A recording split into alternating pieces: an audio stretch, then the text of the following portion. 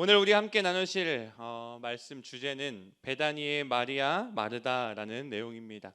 우리가 다들 잘 아실 이 내용, 성경 속에서 우리 많이들 만나보셨을 건데, 오늘도 이 말씀을 통하여 우리에게 말씀하시는 바가 분명히 있기 때문에 이 성경 속의 인물을 통하여 우리가 배워야 할 교훈이 분명히 담겨져 있기 때문에 오늘 함께 말씀을 나누게 하셨을 텐데, 오늘 귀한 시간 세워주신 하나님께 감사하며 오늘 말씀 즐겁게 행복하게 재미나게 한번 나눠봤으면 좋겠습니다. 우선 이름의 뜻을 먼저 공부하겠습니다. 마르다라는 사람은 숙녀 그리고 여주인이라는 이름의 뜻을 가지고 있고, 마리아는 고귀하다, 괴로움이라는 두 가지의 의미를 가지고 있습니다. 베다니의 마르다와 마리아는 누구의 누이인가? 바로 나사로의 누이입니다. 마르다의 이름의 뜻 그리고 마리아의 이름의 뜻을 우리가 볼 때에 이 이야기 속에 이 이름이 어떻게 등장하고 있는가를 잘 보셨으면 좋겠어요. 그리고 가족의 배경을 우리가 나사로라고 먼저 말을 해줬는데, 함께 일했다라는 것을 우리는 알고 가야 됩니다. 무엇을 함께 일했는지는 조금 이따가 알려드릴게요. 함께 분명히 일했다라는 것을 지금 말해드리고, 그리고 각자 맡은 바가 달랐다라는 거예요. 각자가 달라요. 우리 사람마다 사람에게 허락하신 사명이 다르다라는 걸 분명히 알고 계실 거라고 믿습니다. 사람에게 하나님께서 허락하신 사명이 각각 있는데, 그 사명처럼 마르다, 마리아에게도 분명히 다른 사명이 있었다라는 거예요. 근데 우리가 자주 하는 실수가 있습니다. 우리가 자주 하는 실수가 뭐냐? 누가 더 높은가? 누가 더 사랑받는가? 라는 거예요. 첫 번째 예시로 마리아가 마르다보다 더 사랑받았다라고 착각해요. 성경 속에서 예수님은 누구 더 사랑한다 말한 적이 없거든요. 내가 마르다를 더 사랑한다 한 번도 한 적이 없어요. 내가 마리아를 더 사랑한다 한 번도 한 적이 없어요. 마르다가 다만 분주한 일로 인해서 너 너무 근심하고 있다 이런 말은 들은 적은 있는데 사랑한다 한 번도 하신 적이 없어요. 그리고 우리가 이 이야기를 볼 때에 제자들끼리 자리다툼의 이야기도 한 번 더 생각해 볼 때가 있어요. 어떻게 자리다툼을 했는가 생각해 보세요. 주의 영광 중에 우리 하나는 주의 우편에 하나는 좌편에 앉게 하여 주옵소서. 갑자기 청탁해요. 예수님, 제 아들 여기 앉게 해주세요. 제 아들 이쪽에 앉게 해주세요. 어머니가 와서 청탁해요. 성경 시대부터 청탁이 있었어요. 참 안타까운 사실이죠. 10 제자가 근데 이거 보고 듣고서 더 웃긴 거는 화를 냅니다. 다툼이 있다라는 거예요. 더 사랑받는 자리에, 더 높은 자리에 앉고 싶다라는 거예요. 주님이 메시아인데 그 자리에 저도 앉고 싶습니다라는 생각이 있다라는 것이죠. 근데 예수님은 정답을 말씀하실 때 뭐라고 얘기하시는가? 섬김을 받으려 함이 아니라 섬기려 하고 자기 목숨을 많은 사람의 대속물로 주려 함이다라고 말하고 있어요. 주님이 원하시는 모습은 이런 거거든요. 우리 교회가 이런 교회가 이미 되어 있는 줄 믿습니다. 우리 교회가 그렇게 쓰임받고 있는 줄로 믿습니다. 그래서 우리가 이런 안타까운 모습에 있는 것이 아니라 우리가 생각할 수 있어요. 그것까지는 제가 뭐라고 할 수 없죠. 근데 우리 입으로부터 전파되기 시작할 때에 우리의 생각이 조금 안타까운 이야기잖아요. 누가 더 사랑받고 있습니다. 누가 더 높은 사람입니다. 이게 입 밖으로 나오기 시작할 때 교회는 난감해진다라는 거예요. 우리 생각할 수 있습니다. 그렇지만 우리 입 밖에 꺼내지 않았으면 좋겠어요. 이 이야기를 통하여서 이런 묵상을 하게 하시더라고요. 제가 사랑장으로 알고 있는 고린도전서 13장 말씀에는요, 믿음, 소망, 사랑 중 그 중에 제일인 사랑을 말하기 전에 이런 구절이 있어요. 우리는 부분적으로 알고 부분적으로 예언한다라는 거예요. 잠깐 그 조그만 거 본 거 가지고 착각해서 말할 때가 많다라는 거예요. 부분적으로 알고 부분적으로 예언한다라는 것이죠. 우리는 너무 이런 말하기를 좋아하는 나약한 존재들입니다. 이 인정하셨으면 좋겠어요. 나는 나약하다. 나는 나약하기 때문에 조심해야 된다라고 생각했으면 좋겠습니다. 우리 주님은 누군가만을 더 사랑하는 자가 아니요, 우리 주님은 누군가만을 더 높이는 자가 아니라 우리 모두를 사랑하고 계심을 기억해야 될 것입니다. 그리고 오늘 이야기를 통하여서 선택과 집중을 어디에 할 것인가에 대해서 말씀하여 주시는데, 그것에 대한 조언은 줄 수 있지만 우리 말실수는 절대 하지 않도록 하나님께 지혜를 구하는 저 여러분 되길 소망합니다. 그러면 이 마르다와 마리아는 어디 살았는가? 제가 지도를 한번 가져와 봤는데요. 네, 너무 안 보이실까봐 최대한 크게 가져왔습니다. 이 예루살렘의 근처에 있는 베단이라는 곳에 살았어요. 이 베다니는 예수님이 정말 성경에서 자주 간 곳으로 보이고 있어요. 베다니에 있는 집은 예수님이 사랑하시던 장소였습니다. 어떤 주석가들은 마르다를 문둥병자 시몬의 딸 혹은 아내 뭐 이런 식으로 가까운 친척이라고도 이야기하곤 하는데, 너무 자주 나오는데 그 자주 나올 때마다 마르다가 나오고 마리아가 나오고 나사로가 나오고 있다라는 것이죠. 세 사람, 즉 마르다, 마리아, 나사로는 베다니에 함께 살았다라는 것이고, 이번 주에는 마르다와 마리아만 공부하고 다음 주에 우리 나사로를 연구하게 될 것입니다. 그렇다면 우리 성경 속에서 마르다와 마리아는 어떻게 표현되고 있는가 함께 보겠습니다. 첫 번째는요, 섬김의 은사자입니다. 함께 보겠습니다. 섬김의 은사자. 말씀 보시면 그들이 길 갈 때에 예수께서 한 마을에 들어가심에 마르다라 이름하는 한 여자가 자기 집으로 영접하더라라고 얘기합니다.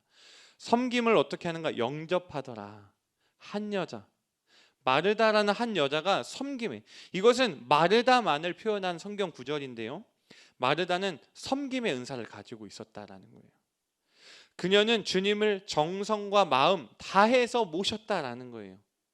영접한다라는 단어를 잘 쓰지 않잖아요. 그냥 뭐 섬겼다 이렇게 표현하지, 섬김을 영접하다라고 기록될 만큼 정심껏 정말 성심성의껏 모셨다라는 거죠.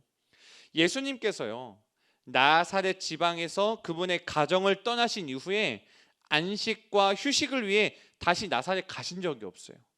이거 잘 기억해 보세요. 예수님은 그 땅에서 배척받으셨어요. 나사렛에 오셔서 가르치셨지만 배척받으면서 예수님이 이렇게 말씀하셨죠. 마태복음 13장 57절에 선지자가 자기 고향과 자기 집 외에서는 존경을 받지 않음이 없느니라 라고 말씀하시죠. 자기 집 고향에서는 존경받을 수 없다라는 거예요. 예수님은 그곳에 살고 있는 세 사람을 사랑하셨기 때문에 베다니에 있는 이 집을 가끔 방문하세요. 그 가정에서 따뜻하고 사랑받는 기분, 섬김을 받는 그 기분이 있지 않으셨을까 한번 상상해 보았습니다. 넘치는 환대를 받으시죠. 그곳에서 예수님은 쉴 수 있으셨던 거예요. 예수님도 육체를 가지고 이 땅에 오셨기 때문에 힘드시고 슬픔을 느끼시고 아파하시고 분명히 가지고 계셨거든요. 그 감정들, 인간으로 오셨기 때문에 그때마다 힘들 때 쉼을 얻을 수 있는 장소가 바로 이 베다니의 집이었고 마르다 마리아의 집이었다라는 것입니다. 저는 주님이 쉴 수 있었던 이 베다니의 집이 베다니의 한 집이라고 얘기하지만 빛가운 교회 모든 가정이 이렇게 되었으면 좋겠어요. 예수님이 쉬실 수 있는 장소, 그리고 모든 목장이 그런 곳이 되었으면 좋겠어요. 우리 빛가운 재단에 많은 목장들 있지 않습니까? 그 목장이요, 누군가 와도 예수님이 오셔도 쉴 수 있고, 누군가 왔을 때 그 목장이 들어갔을 때 이곳에서 힐링이 되었어요, 이것을 통해서 교회 오기 정말 잘했어요 라고 고백했으면 좋겠어요. 그리고 빛가운 교회 모든 예배가, 할렐루야, 우리 모든 예배가 이런 따뜻한 곳이고 쉼을 줄 수 있고 영혼육이 재충전될 수 있는 아름다운 장소요, 현장이 되기를 소망합니다. 그리고요, 주님이 모든 사람들이 쉴 수 있는 곳으로 이 가정, 목장 예배가 쓰임받기를 위해서 내가 먼저 섬김의 은사자가 되어야 될 것입니다. 마르다와 같이 그렇게 섬김의 은사를 사모하는 저 여러분 되었으면 좋겠습니다. 그래서 제가 대표 기도할 때나 언제 이렇게 새벽 기도 끝나고 기도할 때나 누군가를 위해 축복 기도할 때나 제가 제일 많이 하는 기도가 있거든요. 저희 그 습관적으로 나오는데 이 기도 세 가지를 절대 빼먹지 않습니다. 첫 번째는 따라해 봅시다. 섬김의 실력, 물질의 실력, 은혜의 실력. 저 기도할 때 이게 사실 습관적으로 나와요. 이거 저 사모하거든요. 섬김의 실력 갖고 싶습니다. 그 섬김의 실력을 위해서 저 물질의 실력 갖고 싶습니다. 그 물질의 실력 갖기 위해서는 은혜의 실력이 필요합니다. 하나님 저에게 주시옵소서. 근데 저뿐만 아니라 함께하는 모든 분들도 가졌으면 좋겠습니다 라고 묵상합니다. 그래서요, 교회에서 저 개척했을 때가 있었어요. 그때도 섬기고 싶었어요. 아이들이랑 저 옛날에 선교 갔다 왔던 얘기했었죠. 선교 갔다 와서도 그 선교사님 섬기고 싶었고, 또 그 섬김이요, 저는 가정도 포함이었어요. 우리 가정도 잘 섬기고 싶었어요. 정말 어렵게 결혼했거든요. 개척교회 전도사가 결혼하는 건 기적과도 같은 일입니다, 여러분. 저희 아내를 보신다면 정말 큰일을 하셨다고, 정말 축복받으실 거라고, 정말 그 고생의 길 오신 거 축복한다고 정말 위로해 주셨으면 좋겠어요. 제가 잘난 거 하나도 없고 가진 거 하나도 없는데 그렇게 결혼해 줬거든요. 근데 그 가정을 잘 섬기기 위해 저 알바도 했었어요. 부끄럽지만 돈이 없었거든요. 우리 아내 산후조리원 보내고 싶었어요. 그래서 섬김의 실력을 위해서, 물질의 실력을 위해 기도 못하고, 그때 믿음이 너무 부족했던 거죠, 솔직하게. 근데 그렇게라도 하고 싶었어요. 실력을 갖고 싶었어요. 그래서 저는 가난하게 살고 싶지 않아요. 하나님께 이거 조금, 어떻게 보면 목회자가 어떻게 저렇게 세속적이냐 말할 수 있겠지만 저는 아니에요. 하나님은 우리를 부하게 하시는 분이시거든요. 그렇기 때문에 하나님께서는 이 세 가지를 위해 저에게 주셨으면 좋겠다라고 얘기하면서 가정을 잘 섬기고 싶고요, 교회를 잘 섬기고 싶어요. 우리가 섬겨야 하는 미자립 교회들, 우리에게 사명으로 주신 미자립 교회 섬김의 사역을 위해서 우리 물질의 실력 필요하거든요. 그 교회를 위해 섬기기 위해서는 저의 물질이 필요하거든요. 그래서 여러분 모두가 부자 되었으면 좋겠습니다. 모두 부하게 성공하셨으면 좋겠습니다. 세상이 말하는 성공이 아니라 하나님이 허락하신 성공, 하나님이 허락하신 형통이 우리 교회 안에 가득 채워지기를 소망합니다. 그것으로 끝나는 것이 아니라 선교까지 가야죠. 미자립교회 선교, 해외 선교. 여러분, 우리가 이번에 사명 또 한 가지 어떤 나라를 받았습니까? 탄자니아 선교를 위한 사명을 가지지 않았습니까? 그 나라 섬기기 위해서 물질이 필요하잖아요. 그렇기 때문에 우리가 그래서 부자가 되어야 되는 거예요. 우리가 그 실력을 가져야 되는 거예요. 근데요, 그 중에 물질만 가지고는 안 돼요. 은혜의 실력과 섬김의 실력이 필요하다라는 것입니다. 우리에게 섬김의 실력, 물질의 실력, 은혜의 실력이 가득 채워져서 가정도 잘 섬기고 교회도 섬기고 선교지도 섬길 수 있는 저와 여러분 되기를 소망합니다. 그 실력이 우리 재단에 가득하기를 소망합니다. 이 빛 가운 교회가 그렇게 쓰임받을 줄로 믿습니다. 그리고 나서요, 혹시나 그렇게 하지 못하더라도 정말 소자에게 물 한 잔 대접할 수 있는 그런 은혜가 가득하기를 소망합니다. 그리고 오늘 말씀을 보면 마르다와 마리아 얘기를 통해서 마리아만 있었던 게 아니다라는 제목을 한번 적어봤어요. 왜 보라면 사람들이 착각하는 게 있거든요. 10장 39절에 보면 그에게 마리아라 하는 동생이 있었는데, 마르다의 동생이죠. 주의 발치에 앉아 그의 말씀을 듣더니 라는 이 말씀 구절 때문에 마르다는 일만 하고 하나님의 말씀 안 들었다라고 착각해요. 우리 그렇게 알고 있잖아요, 그죠? 저도 그렇게 알고 있었어요, 연구하기 전까지. 근데요, 영어 버전의 성경을 보면 좀 다르더라고요. 제가 영어 잘 못하는데 용서해 주시고, 영어 발음을 좀 잘 못하더라도 이해해 주셨으면 좋겠어요. She had a sister called Mary. 마리아라고 불리는 동생이 하나 있었어요. Which also, 그녀 또한이라고 얘기를 해요. 그녀 또한이라고 해석되는 이 부분입니다. 그녀 또한 sat at Jesus' feet. 예수님의 발 앞에 있었다라는 거예요. 그녀 또한이라고 얘기한다면 그녀 말고 또 누가 있었다는 거예요? 마르다가 있었다라는 거예요. 마르다도 예수님의 발 앞에 있었고 마리아라고 불리는 그녀 또한 이곳에 있었다라는 거예요. 그러니까 마르다와 마리아 둘 다 있었다라는 거예요. 마르다와 마리아 둘 다 같이 있었는데 그는 듣기도 하고 그의 말씀을 들었다라는 거예요.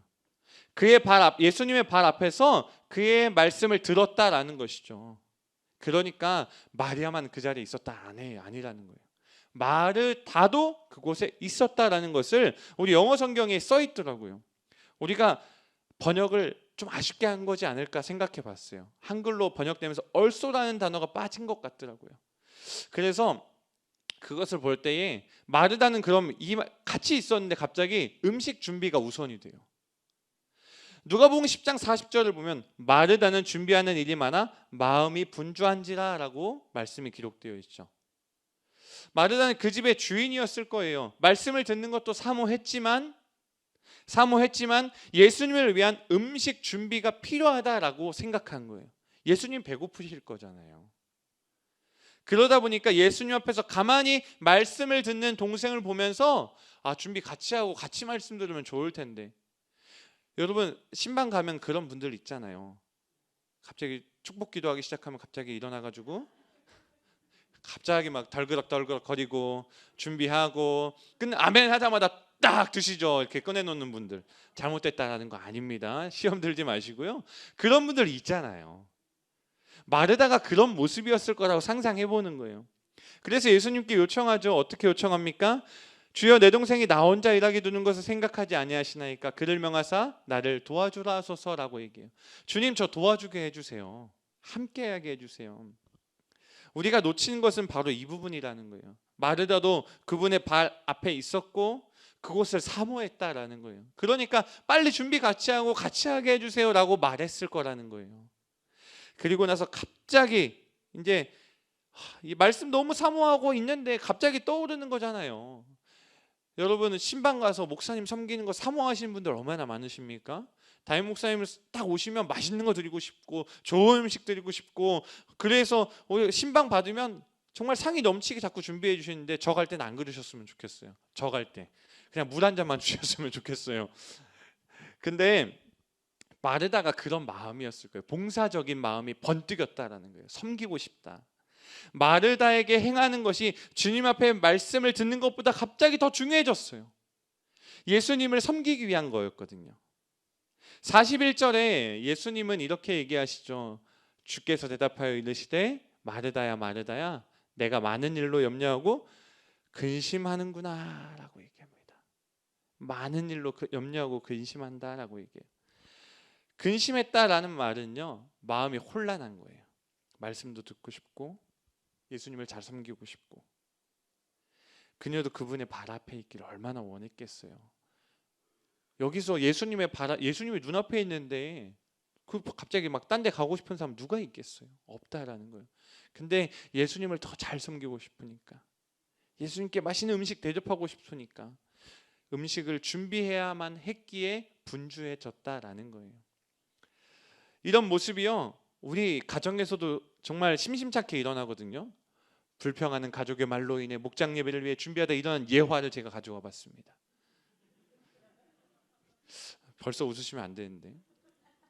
먼저 첫 번째, 불평하는 가족의 말로 인해서, 마르다와 마리아 이야기가 이 이야기잖아요. 불평하는 말로 인해서 이것을 마르다가 이제 의역한 거예요. 제가, 주님, 저 모든 것을 다 하고 있는데 주님이 말씀하신 모든 거 다 들을 수가 없어요. 우리 좋은 음식 주님께 드려야 되는데 마리아도 같이 하게 해주세요. 그리고 그녀에게 말해주세요. 너도 빨리 가서 언니 도와라. 이런 말 한마디만 해주세요. 요청한 거거든요. 그런 것들 때문에 우리 가정에서도 이런 다툼이 일어나거든요. 실제로 있었던 일입니다. 목장 예배를 드리려고 가정에서 음식을 준비하기 시작하죠. 음식을 못하는 남자는 예배를 준비한다는 핑계하에 컴퓨터 앞에 앉아 있습니다. 지난 주일에 말씀을 리마인드하기 위해 말씀을 다시 한번 듣고, 예배 때 드릴 찬송가를 한 장 뽑겠다고 찬송가를 한번 띵가띵가 기타를 치고 있고, 음식을 준비하던 아내는 당신 거기서 뭐해요? 이리 와서 이거 좀 날라요. 이 말을 하기 시작합니다. 근데 이게 과연 둘 중에 누가 더 잘못한 겁니까? 잘못한 게 아무도 없어요. 남편은 예배를 인도하기 위해서 음식 못하니까 예배를 인도하기 위한 준비를 하고 있었어요. 아내는요, 목장 예배에 오는 성도님들을 섬기기 위해서 맛있게 음식을 하고 있었어요. 둘 다 분주한 거예요. 근데 아내의 눈에는 남편이 기타나 띵가띵가 대고 있고 성경책이나 본답시고 어차피 버벅거릴 거 뭘 이렇게 열심히 보냐 그러고 있는 거잖아요. 그러다 보니까 목장 예배 준비한답시도 집안에 싸움이 일어나는 거죠. 그런 일이 실제 있다니까요. 없을 것 같죠? 저희 집에서 있었습니다. 저희 집에도 있었어요. 그러다가 이제 사서 먹자 바뀌었습니다. 네. 근데 이런 일이 실제로 있다라는 거고, 누가복음에 있었던 이야기가 이런 이야기다라는 거죠. 예수님은 조언해 주십니다. 뭐라고 얘기해 주시는가? 마르다야 마르다야 내가 많은 일을 염려하고 근심하나라고 이야기합니다. 이것을 진리를 가르치는데 사용하시는데 어떻게 가르치냐? 많은 일로 염려하고 근심한다라는 거예요. 많은 일로 염려하고 근심한다라는 말은 그거 할 필요 없다라는 것이거든요. 예수님은요 실제로 누가복음 12장 22절에 이런 말씀을 하십니다. 제자들에게 이르시되 내가 너희에게 이르노니 너희 목숨을 위하여 무엇을 먹을까 몸을 위하여 무엇을 입을까 염려하지 말라. 근심하지 말라는 거예요. 마르다에게 하신 말씀의 내용을 의역하는 데 도움이 되는 말씀 한 구절 더 가져와 볼게요. 이따가 의역을 해드릴 거거든요. 그 사이에 제자들에게 청하고 이르되 랍비여 잡수소서. 제자들이 예수님에게 가져와서 음식 드세요라고 말하는 거예요. 근데 이때에 내게는 너희가 알지 못하는 먹을 양식이 있느니라 라고 말씀하시거든요. 육의 양식 말고도 그 양식, 너희가 보이는 그 양식 말고 내가 먹을 것이 있다라는 거예요. 예수께서 이르시되 나의 양식은 나를 보내신 이의 뜻을 행하며, 여기 너무 가려졌는데, 그의 일을 온전히 이루는 이것이니라 라는 거예요. 예수님의 양식은 나를 보내신 하나님의 뜻을 이루는 것, 행하는 것, 그것이 바로 양식이라 라는 거예요. 우리가 금식하며 성령 충만할 때에 이런 일을 경험하실 거예요. 다들 경험해 보셨죠? 한 분밖에 아멘을 안 하셨어요. 금식 기도할 때마다 시험에 들고 저것은 왜 저기서 내 맛있는 것을 먹고 있나 그런 생각 드는 거 아니죠? 예수님은 이런 은혜가 있으셨고 이런 성령 충만함이 있으셨던 분이기에 먹을 양식보다 더 중요한 것이 있다라고 마르다에게 알려주시는 것과 다르지 않아요. 그래서 의역해서 마르다에게 하셨던 예수님의 말씀을 이렇게 한번 작성해 보았습니다. 마르다야 마르다야, 너는 간단한 음식이면 충분한데도 너무 많은 음식을 준비하기에 부산하구나. 나의 제자들은 나에게 먹을 것을 말했다. 그러나 나는 나를 보내신 이의 뜻을 양식으로 삼았단다 라고 말이죠. 제가 의역한 겁니다. 근데 예수님이 이렇게 말씀하고 있는 것 같지 않으세요? 여러분 목장 예배할 때 너무 많은 거 준비하지 마세요. 준비하는 분이 힘들고 옆에 있던 남편들 혼납니다. 그런 일이 없었으면 좋겠습니다. 제가 한번 당해보니까 얼마나 억울한지 몰라요.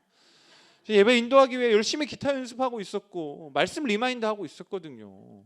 담임 목사님의 말씀을 쫙 리마인드해서 목장 예배 때 쫙 말하고 통성기도 해야 되거든요. 근데 아무튼 그러지 않았으면 좋겠어요. 주님이 진정 원하시는 것이 무엇인지, 마르다야 마르다야 내가 많은 일로 염려하고 근심하나 라고 말씀하셨던 이유를 이제 아시겠죠? 너무 많은 음식을 준비하기에 부산하지 말라, 본질을 알아야 된다라는 것입니다. 마르다는 실제적으로 한 가지 일만 해도 되는 때에 많은 일로 인하여 염려하고 근심했습니다. 근데 우리가 그 사모해야 하는 한 가지가 무엇인가? 영혼을 위한 음식, 영혼을 위한 음식이 몸을 위한 음식보다 더 중요하다라는 것입니다. 영을 위한 음식, 내 육체를 위한 음식이 우선시되는 게 아니라 영혼을 위한 음식이 더 중요하다라는 것, 하나님의 말씀, 예수님의 말씀이 더 중요하다라는 것을 깨닫는 저 여러분 되길 소망합니다. 그래서 42절의 말씀에 주님이 이렇게 말씀하셨죠. 몇 가지만 하든지 혹은 한 가지만이라도 족하니라 라고 말합니다. 마리아는 이 좋은 편을 택하였으니 빼앗기지 아니하리라 라고 말씀하여 주시죠. 그녀에게서 빼앗을 수 없는 좋은 것, 바로 영혼의 양식이었습니다. 그 영혼의 양식을 사모하는 저와 여러분 되었으면 좋겠습니다. 그러면 마르다와 마리아는 예수님을 두 번째 초대하는 내용이 나오는데 그것이 바로 나사로가 병든 상황입니다. 마르다와 마리아의 요청으로 인해서 예수님을 초청하죠. 오라버니가 앓고 있는데, 나사로가 아픈데 낫게 할 방법은 없고 예수님은 멀리 있으니 얼른 사람을 보내서 주님 필요합니다, 오시옵소서라고 말했습니다.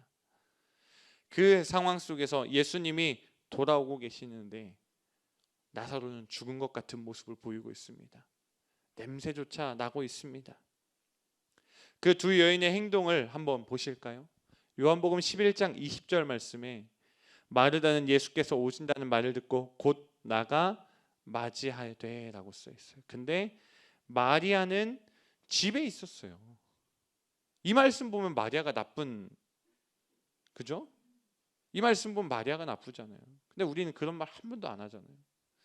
그러니까 우리가 부분적으로만 보고 판단해서는 안 된다라는 것을 보면서 말하는데, 근데 이 말씀만 보면 또 마리아가 나빠 보이거든요. 근데 다음에 말씀 보면 또 안 그래요. 어떻게 하냐? 그 자매 마리아를 불러 말하되 선생님이 오셔서 너를 부르신다 하니 마리아가 이 말을 듣고 급히 일어나 예수님께 나아가요. 예수님 오십니다. 마리아 빨리 와봐. 이 말 하자마자 나갔다는 거예요. 마리아가 그 자리에 없었던 것은 제가 생각하기에 나사로의 죽음으로 멍하고 힘이 빠지고 낭망하고 있는 상태가 아니었을까 한번 상상해 보았어요. 그러다 보니까 정신이 없는 거예요. 마르다는 언니니까 정신을 바짝 붙잡고 이거 어떻게 해야 되는지 이겨내야겠다. 예수님 오신다고 얼른 가서 맞이해야 되지. 이런 마음이 있었겠죠. 이런 상황 속에서 이 두 여인이 다른 모습을 보여주었다라는 거예요. 예수께 나아갔던 이 모습이 마르다가 예수님을 영접했던 이 모습, 마리아가 급히 나가 모습던 이 모습, 이 두 가지가 같이 있어야 된다는 말씀으로 저는 보여요. 어떻게 같이 있어야 되냐? 예수님 오시기 전에 준비해야 돼요. 주님 이 땅에 오시기 전에 우리 알고 있잖아요. 주님 오십니다. 알고 있지 않습니까? 준비해야죠. 나가서 준비해야죠. 교회에서만 준비할 게 아니라 세상 밖에 나가서도 준비해야 된다라는 것입니다. 그리고 주님께서 나를 부르실 때에 급히 나갈 수 있는 준비 자세가 있냐라는 거예요. 예수님이 한마디에 움직일 자신이 있냐 이 말인 것입니다. 영접하던 마르다와 예수님의 부르심에 즉시 움직였던 마리아의 모습, 우리에게 이 두 가지가 동시에 존재하기를 소망합니다. 근데요, 그 모습을 보면서 마르다와 마리아, 나사로를 사랑하셨다라는 말씀이 있어요. 예수께서 본래 마르다와 그 동생 나사로를 사랑하시더니, 세 명 다 있죠. 마르다와 그 동생과 나사로를 사랑하셨다라는 거예요. 이 상황 가운데 나사로가 이미 시체가 되어 있다라는 거예요. 시체가 되어 있는데 예수님이 갑자기 오셔서 이런 질문을 하시거든요. 어떤 질문을 하느냐? 예수께서 이르시되 나는 부활이요 생명이니 나를 믿는 자는 죽어도 살겠고 무릇 살아서 나를 믿는 자는 영원히 죽지 아니하리니 이것을 내가 믿느냐? 사실 생뚱맞은 질문이에요. 예수님이 살아계시고 현존에 계시는 나는 부활이고 생명이 나를 믿는 자는 죽어도 살겠고 무릇 살아서 나를 믿는 영원히 죽지 아니하니 이것을 네가 믿느냐? 이미 죽은 사람 앞에서 나사로 예수님 믿던 사람이잖아요. 근데 죽었거든요. 죽지 않는다는데 네가 믿느냐? 이 질문이 사실 받아들이기 어려울 것 같아요. 근데 예수님이 이것을 통해서 말씀하시는 것은요, 예수님의 신성, 권세, 능력을 다 포함한 거라는 거예요. 질문하는 거예요. 너에게 믿음이 있는가? 이 말씀 가운데 예수님은 아주 중요한 걸 숨겨놓으셨어요. 나를 믿는 자는 영원히 죽지 않는다. 이 나를 믿는 자가 누구냐는 거예요. 영원히 죽지 않을 그 자가 누구냐라는 거예요. 이것에 내가 포함되어 있고 네가 포함되어 있고 우리 모두가 포함되어 있어요. 제가 포함되어 있고 우리 성도님들 포함되어 있고 믿는 모든 사람이 포함되어 있다라는 거예요. 이것을 우리에게 질문하시는 거예요. 이거 네가 믿느냐?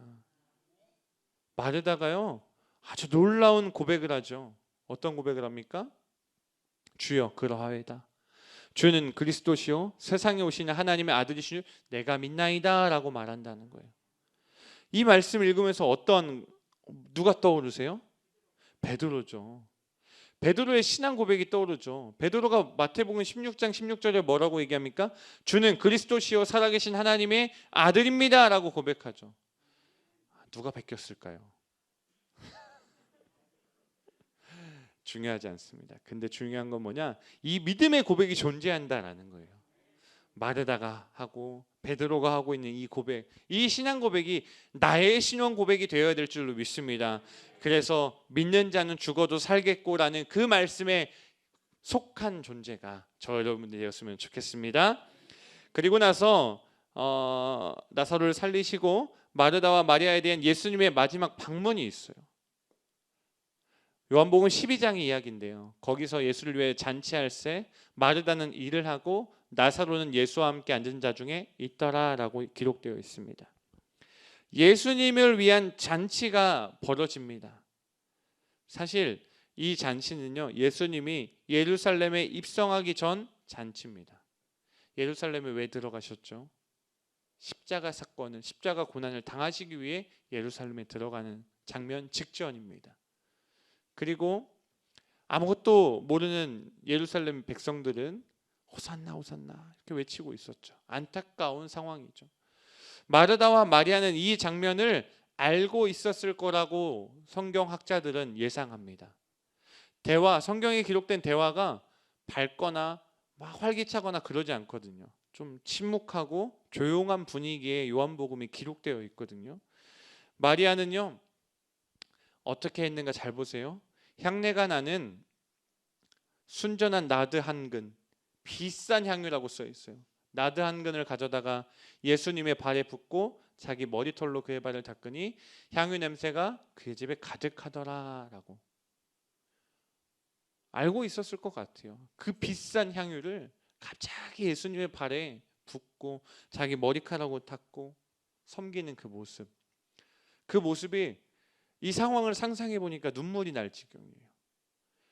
예수님의 마지막 만나는 거라고 생각했을 거라고 상상해 보니까 예수님이 십자가 사건을 분명히 말씀하셨고 마르다와 마리아 나사로 사랑하셨기 때문에 말씀하셨지 않을까요?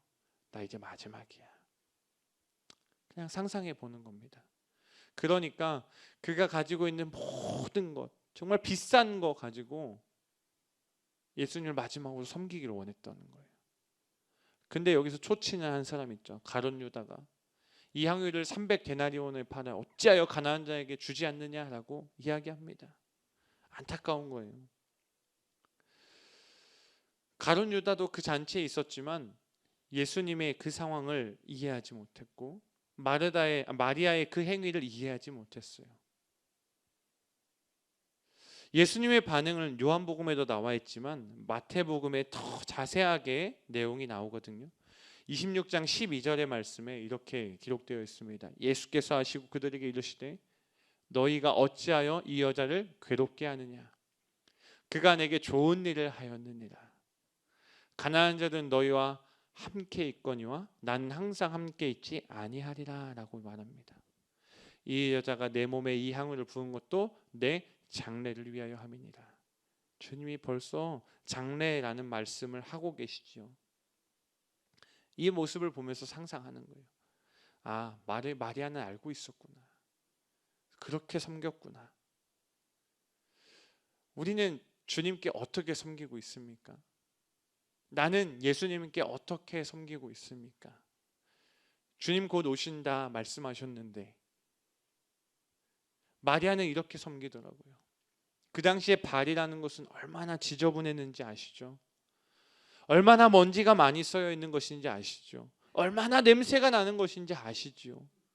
근데 그곳에 향유를 붓고 자기의 머리카락을 기꺼이 가서 엎드려서 발 앞에서 씻겼다라는 것은 어떠한 행위였을지 상상이 가시죠?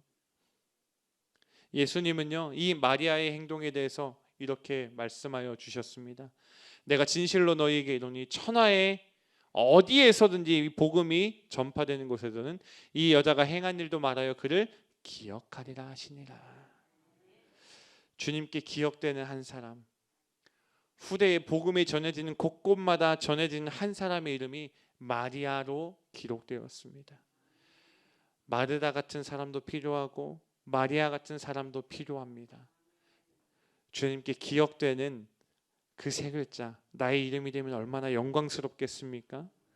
그 삶을 사모했으면 좋겠습니다. 그 삶이 나의 삶이 되었으면 좋겠습니다. 예수님을 베다니를 떠나 그 다음날 예루살렘에 승리의 입성을 하셨지요. 마르다에게 필요한 한 가지 일이 있었고 마리아에게 필요한 것 다 있었습니다. 저는 시편 말씀이 떠오르더라고요. 이 마리아와 마르다를 보면서 어떠한 이야기가 떠오르는가? 누가복음 10장 42절에 몇 가지만 하든지 혹은 한 가지만이라도 족하니라 라고 말했을 때 마리아가 선택한 이 한 가지, 그것을 볼 때에 내가 여호와께 바라는 한 가지 일, 그것을 구하리니 내가 내 평생에 여호와의 집에 살면서 여호와의 아름다움을 바라보며 그의 성전에서 사모하는 그것이라. 이 말씀이 떠오르더라고요. 우리가 코로나 시대를 거치면서 이 한 가지 일 얼마나 나약해졌습니까? 내가 내 평생에 여호와의 집에 살면서 여호와의 아름다움을 바라보며 그의 성전에서 사모하는 그것이라. 그것이 우리의 마음까지이어야 하는데 얼마나 많이 무너졌습니까? 우리가 그 마음 다시 굳건하게 세웠으면 좋겠습니다. 몇 가지만 혹은 다 하더라도 한 가지만은 좋겠으면 좋겠습니다. 바쁜 세상인 거, 여러분의 삶이 얼마나 바쁜지 알지요. 얼마나 바쁜지 알지요. 세상이 얼마나 치열하게 살아야 되는지 알지요. 그렇지만 그 치열함 속에서 형통을 주시는 분이 누구십니까? 우리가 새벽마다 말씀을 통하여 배운 요셉의 이야기를 통하여 알고 있는 바, 하나님께서 형통하게 하셔야 되는 것입니다. 하나님이 함께 하실 때 형통의 은혜가 임하는 것입니다. 그렇기에 우리가 그 한 가지 일, 그것을 구하는 저와 여러분 되었으면 좋겠습니다. 내 평생 여호와의 집에 살겠습니다. 여호와의 아름다움을 바라보겠습니다. 그의 성전에서 사모하겠습니다. 마리아가 선택했던 그 사모함 한 가지, 마르다가 선택했던 예수님을 영접하는 그 열심, 우리에게 있기를 소망합니다. 오늘 말씀을 정리하면서 복습하겠습니다. 어떻게 복습할 수 있는가? 마르다의 섬김의 실력, 은혜의 실력, 물질의 실력 구하기를 소망합니다. 마리아의 사모함의 실력자, 그래 모든 것을 할지라도 한 가지 그것을 족하며 주님의 말씀을 듣기에 사모하는 그것, 그 모습. 그리고 세 번째, 주님을 영접하고 말씀에 즉시 순종하는 것. 이것은 마르다와 마리아가 합해져 있는 것이죠. 주님을 영접했던 마르다와 즉시 순종하여 뛰어나왔던 마리아의 모습, 이 두 사람의 모습이 나라는 한 사람의 같이 있기를 소망합니다. 그래서 주님께 기억되었던 마리아, 그 모습이 우리 교회의 모습이 되었으면 좋겠습니다. 아름다운 교회, 칭찬받는 교회, 그 모습이 우리의 모습이 되기를 축복합니다. 그러한 한 사람 한 사람이 되기를 축복합니다. 그래서 하나님께 어떤 교회를 꿈꾸고 어떤 모습을 꿈꾸고 있는지 잘 묵상했으면 좋겠어요. 하나님, 저 오늘 말씀 배운 마르다 마리아 저의 모습 되기를 소망합니다. 섬김의 실력, 사모함의 실력, 물질의 실력, 은혜의 실력 다 주시옵소서. 주님, 욕심으로 보일지 몰라 다 주세요. 구했으면 좋겠습니다. 그래서 주님을 영접하기 위해 애쓰고 주님의 말씀에 순종하는 모습으로 세상 속에서 너무 바쁘지만 하나님을 섬기는 그 일에 열심을 내었던 섬김의 교회 한 사람, 저 여러분 되기를 소망합니다. 이 시간 함께 찬양할 때에 이런 교회 되게 하소서라는 찬양을 한번 준비해 보았습니다. 하나님, 저 이런 교회 되고 싶습니다. 하나님, 저 이런 사람 되고 싶습니다. 함께 찬양하고 기도하였으면 좋겠습니다. 진정한 예배가 숨쉬는 교회, 진정한 예배가 숨쉬는 교회, 주님이 주인 되시는 교회, 믿음의 기도가 쌓이는 교회, 최고의 찬양을 드리는 교회, 말씀이 살아 움직이는 교회, 성도의 사랑이 넘치는 교회, 섬김과 헌신이 기쁨이 되어 열매 맺는 아름다운 교회, 주님의 마음 닮아서, 주님의 마음 닮아서 이웃을 사랑하는 교회, 주님의 영광을 위해서 빛 대신 주님 전하는 교회, 사랑의 불꽃이 활짝 피어나 날마다 사랑에 빠지는 교회, 주께서 사랑하는 우리 교회가 이런 교회 되게 하소서, 이 시간 오늘 들었던 함께 나눴던 말씀들 기억하시고 결단하시면서 하나님, 저 마르다와 마리아를 통해서 배웠던 모든 것들 나의 삶에 열매 맺게 해달라고 주의는 크게 한번 부리고 간절히 기도하며 나가겠습니다. 주여, 하나님, 우리가 그러한 은혜를 사모합니다. 하나님, 우리에게 섬김의 실력을 구합니다. 아버지, 사모함의 실력자가 되기를 원합니다. 주님을 영접하고 말씀에 즉시 순종하며 주님께 기억되는 한 교회요, 한 사람이 되기를 원합니다. 아버지, 우리를 그렇게 사용하여 주시옵소서. 아버지, 우리의 삶이 그러한 삶이 되기를 원합니다. 아버지, 역사해 주셔서 그러한 은혜를 간구하며 그러한 은혜를 사모하며 나아갈 수 있도록 주님 축복하여 주시옵소서. 오 하나님, 감사합니다. 오 하나님, 오늘 말씀을 통하여 깨닫게 하시니 감사합니다.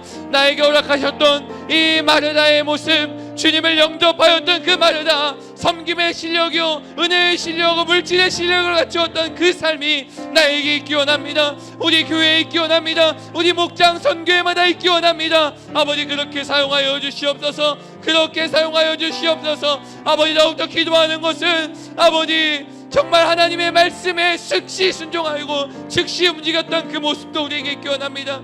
주님이 오실 길을 준비하고 있었던 마르다의 모습도 나에게 있기 원합니다. 아버지, 그러한 모습을 사모하며 나아가오니 아버지, 우리에게 명하여 주시옵소서. 우리에게 그 은혜를 허락하여 주시옵소서. 그 믿음을 주시옵소서. 주는 살아계신 하나님의 아들입니다. 주는 살아계신 하나님의 아들입니다 고백하는 그 모습이 있기 원합니다. 아버지, 함께하여 주시옵소서. 아버지, 말씀하여 주시옵소서. 아버지, 우리에게 그러한 삶의 열매를 사모하며 기도하기 원합니다. 아버지, 더욱더 기도하는 것은 그 섬김의 실력, 은혜의 실력, 물질의 실력으로 하나님 1000명의 영혼을 구하고 있습니다. 1000명의 영혼을 주시옵소서. 1000명의 영혼을 주시옵소서. 1000명의 영혼을 주시옵소서. 나의 섬김, 나의 작은 하샤브 하나의 운동이지만, 작은 하나의 계획이지만 아버지 하나님, 하나님 선하게 역사하실 것을 믿기에 아버지 구합니다. 아버지, 역사하여 주시옵소서. 그리하여 우리 교회가 아름다운 교회요, 칭찬받는 교회요, 아버지 한드레와 같은 그 사명을 감당할 수 있도록 아버지 축복하여 주시옵소서. 하나님, 그 은혜를 간구하며 기도할 때에 하나님께서 우리 교회를 그렇게 사용하실 줄 믿습니다. 이 재단을 그렇게 사용하실 줄 믿습니다. 아버지, 사용하여 주시옵소서. 아버지, 사용하여 주시옵소서. 하나님,